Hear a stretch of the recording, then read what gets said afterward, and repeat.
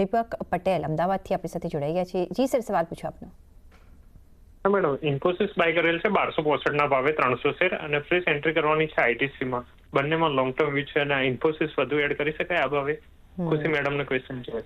જી ખુશી, ઓફકોર્સ આજે ઇન્ફોસિસના આપણે નંબર્સ પણ આવતા જોઈશું. લોંગ ટર્મ માટે એમને વધારે એડ કરવા છે, શું કરવાનું? અને આઈટીસીમાં લોંગ ટર્મ માટે અત્યારના ફ્રેશ એન્ટ્રી કરી શકાય? ખુશી, સો અગર આપણે સૌથી પહેલા ઇન્ફોસિસની વાત કરશું, સો ઇન્ફોસિસનું આજે રિઝલ્ટ આવવાનું છે. સો આપણી મોસ્ટલી આપણે વેઇટ કરશું હમણાં જ્યાં સુધી આપણને રિઝલ્ટ ન દેખાય, કારણ કે આઈટી સેક્ટરમાં જેટલા પણ હમણાં આપણે રિઝલ્ટ આપણે ટીસીએસ કેચસીએલ ટેકના આપણે કાલે આવતા જોયા, એમાં થોડી આપણે ડિસઅપોઇન્ટમેન્ટ જોવા મળી હતી. સો નિયર ટર્મમાં મે બી આપણે થોડા હેડવિન્ડ્સ નહીં હોઈ શકે સેક્ટરના કારણે, એટલે આપણને મે બી અર્નિંગ્સ અને માર્જિન્સના પર્સપેક્ટિવથી પણ અહીંયા થોડું આપણને કમ્પ્રેશન જોવા મળી શકે છે ઇન્ફોસિસમાં in near term. But yes, long term માટે અગર એનો વ્યૂ 3 to 5 યર્સનો છે તો યસ આપણે અહીંયા એન્ટર કરી શકીએ છીએ. But then to will wait એકવાર રિઝલ્ટમાં નંબર્સ કેવી રીતના આવે છે અને મેનેજમેન્ટની શું કમેન્ટ્રી રહેશે.